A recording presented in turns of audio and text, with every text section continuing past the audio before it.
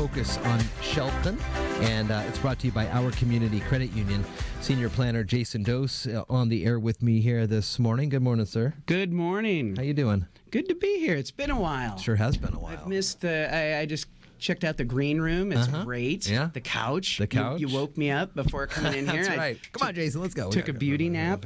It's very comfortable. Very welcoming. Yeah, we're trying to the guests. Trying to do that a little bit. You are here today because FEMA has put out some new maps in relation to flood zones and flood areas, and could change a lot of people's landscapes if they look on the water. Is that right? Or at least the potential for the insurance, I guess. So we've been waiting. I've been hearing about this since I started working for the city, and that was early 2007. Okay. FEMA's revising the flood maps. Sure they are. So finally they came out. A couple months ago, we received a map package. So did Mason County.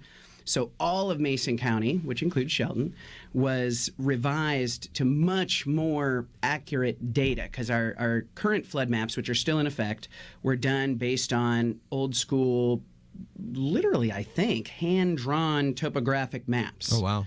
And the new mapping is based on new hydraulic models, that have come up in recent years for all the rivers and streams and such, better monitoring of rainfall data, tidal data, and most importantly, updated imagery. You're basically dealing with, I think it's LiDAR is what they mapped this with. Oh, okay. So the new maps are much more accurate. And really what it means for Shelton proper is we had a total of 106 properties, I think, between the existing mapping and the new proposed mapping by FEMA that changed. Interesting thing is 75 of those properties that were in are now mapped as out because the revised mapping shows they're no longer in the flood zone. So we only had 31 that were mapped out but are now in. And what I found interesting is back in, I think it was 2009, we had a fairly decent event. I think it might have even been classed as a 500-year event. And we had a lot of flooding in areas like up Park Street and down by Neyland Park, down by the health club. But what was interesting was a lot of those areas that we saw flooding in, weren't on the flood maps. This is one of the things I noticed as a planner. I'm looking, wow, we flooded all these areas. This isn't even shown. Now they are. So those are some of the 31 parcels that, it really looks a lot closer at some of the subtle elevation changes. So we're talking around Neyland Park. We're talking up Park Street.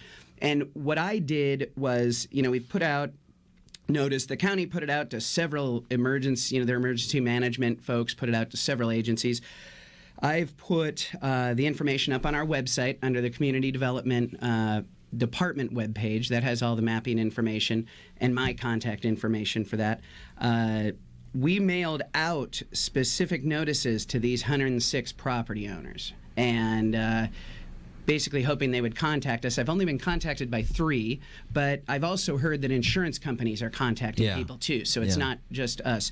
The real reason I'm here today is to let people know if they would like to learn more about it from the federal officials, because the way FEMA flood mapping works is it's a top-down sort of thing. The feds develop the mapping, and the feds require that we do certain things to protect from flood damage in a flood event. So they require the local agency through the NFIP, the National Flood Insurance Program, to in order to get these better flood rates that are backed by the federal government. So if you do have a flood event and things get damaged, that's when the feds come in and help recover. If you're going to participate in that, you have to do certain things like elevate structures as they're rehabilitated or new construction is built to basically put it above the floodplain. So water ends up here and your floor level's up here. That sort of thing. And as you remodel projects, there's certain things you have to do to structures depending on what type of remodeling you're doing to help protect from flood damage. So we are working with Mason County and the feds to have a public informational meeting. It'll be held up at the North Mason High School on Tuesday, March 21st, so that's next week.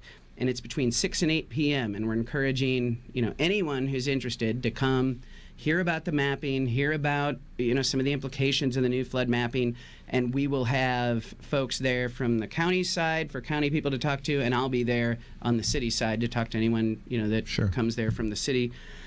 And what does that mean?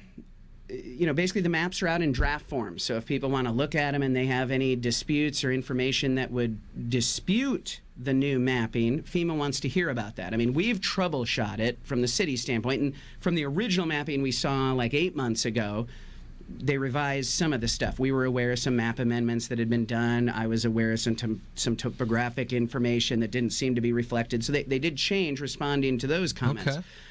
Okay.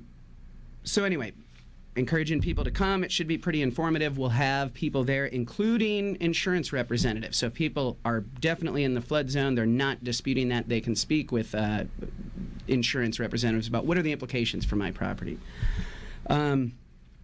Beyond that, the Public Works Department, in order to get me on here today, I had to agree to put a shot out for a open house they're going to be doing for the Basin 3 sewer rehabilitation. Now Basin 3 is a sewer basin that's up kind of behind the library. Yeah. It's up below the North Cliff Hill, kind of the Laurel Street area back there. You know, I should have probably looked more at what the exact basin is, but generally that's where it is.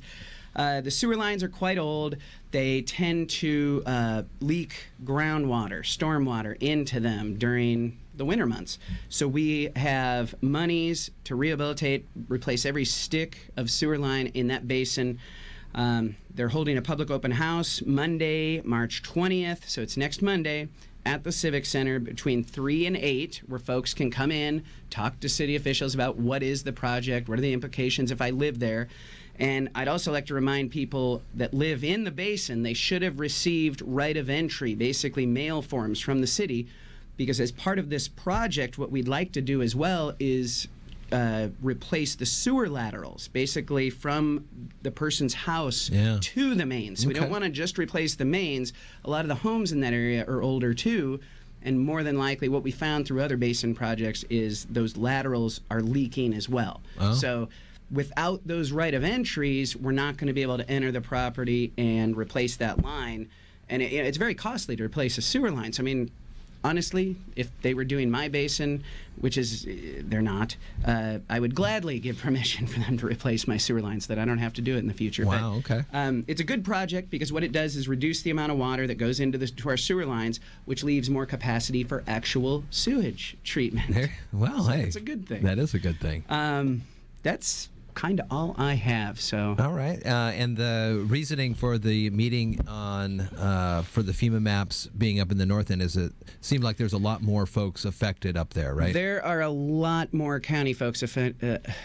I almost said that. Affected than city. And yeah, I tried to get it in a closer location for Shelton residents, but given the numbers of people and FEMA's ability to only have one meeting, it seemed prudent to have it up there just because that's where a lot more of the people are impacted. So taking about 70 lots off in the city, that's a big deal. It is. It's interesting to look at the mapping, and I encourage people to get on our website and look at it. There's a few islands, as it were. You know, the old mapping just shows everything up to basically 4th Street-ish in the downtown in the flood zone, just carte blanche.